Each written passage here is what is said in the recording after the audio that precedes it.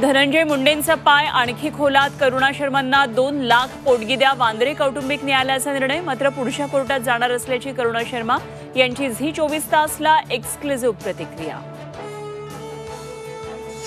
संतोष देशमुख हत्येच्या बातम्या पाहतो म्हणून बीडमधल्या तरुणाला बेदम मारहाण, लातूरमध्ये जखमी अशोक मोहितेवर उपचार सुरू. कृष्णा आंधळेच्या 2 मित्रांचं कृत्य, पोलिसांकडून शोध सुरू. बदलापूर लैंगिक अत्याचार प्रकरणामध्ये मुंबई उच्च न्यायालयामध्ये सुनावणी. बनावट एन्काउंटर प्रकरणात अद्याप पोलिसांवर गुन्हा का नोंदवला नाही, मुंबई हायकोर्टाचा सवाल. निंबाळकर कुटुंबियांची तब्बल 17 तास चौकशी. आजही आयकर विभागाकडून चौकशी सुरू. सातारा, पुणे, फलटणमधल्या निंबाळकरांच्या सर्व आर्थिक व्यवहारांची तपासणी सुरू.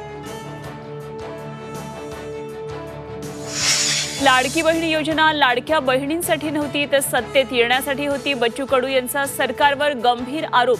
सरकारनं गुन्हा केला, आता लाडक्या बहिणींना रस्त्यावर उतरावं, कडूंचं आवाहन.